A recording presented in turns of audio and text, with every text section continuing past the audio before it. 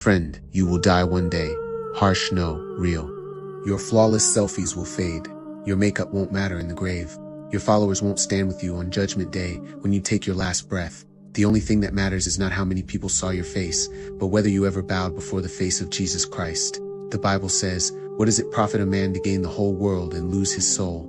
Let us rephrase it for today. What does it profit a man to gain 1 million followers, to trend on TikTok, to build a brand around beauty, and then lose his soul to hell?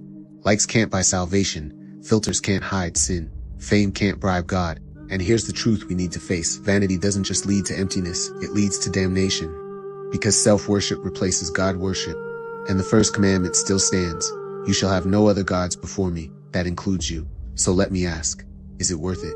Is all this self-promotion worth eternal separation from God? When Jesus returns and every knee bows, will you still cling to your phone, your likes, your clout? Or will you wish you had bowed to him while you still had breath? Vanity blinds. It makes people live for a reflection while their soul withers. It creates a generation that can quote trends but not scripture, that can chase angles but not holiness. And the cost is eternal. But here's the hope. You don't have to be a slave to the mirror. You don't have to be chained to likes. Christ offers freedom. He says,